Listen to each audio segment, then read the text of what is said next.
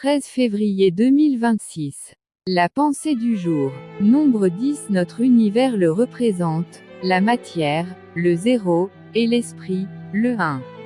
Pour comprendre le nombre 10, qui est si riche de signification, il faut étudier le 1 et le 0 dont il est composé, et voir que chacun a sa nature, son activité, et qu'ils ont un travail à réaliser ensemble.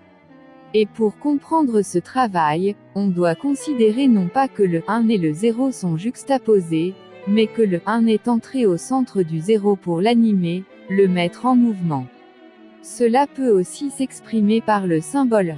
Il est écrit au début de la Genèse, au commencement, Dieu créa le ciel et la terre était informe et vide, il y avait des ténèbres à la surface de l'abîme et l'Esprit de Dieu se mouvait au-dessus des eaux.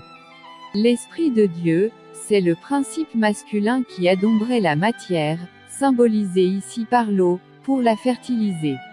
L'eau, c'est le cercle, le 0, et l'Esprit de Dieu, c'est le point, le 1. Sans l'Esprit qui l'anime, la matière reste, tohu vabohu, informe et vide. Mais quand elle est effleurée, travaillée par l'Esprit, toutes les possibilités qu'elle contient commencent à se manifester, elle devient un univers avec des soleils, des constellations, des nébuleuses. Notre univers représente donc le 10, c'est-à-dire la matière, le 0, qui a déjà été travaillé, animé et organisé par l'Esprit, le 1. Omraham Mikhaël Ivanov.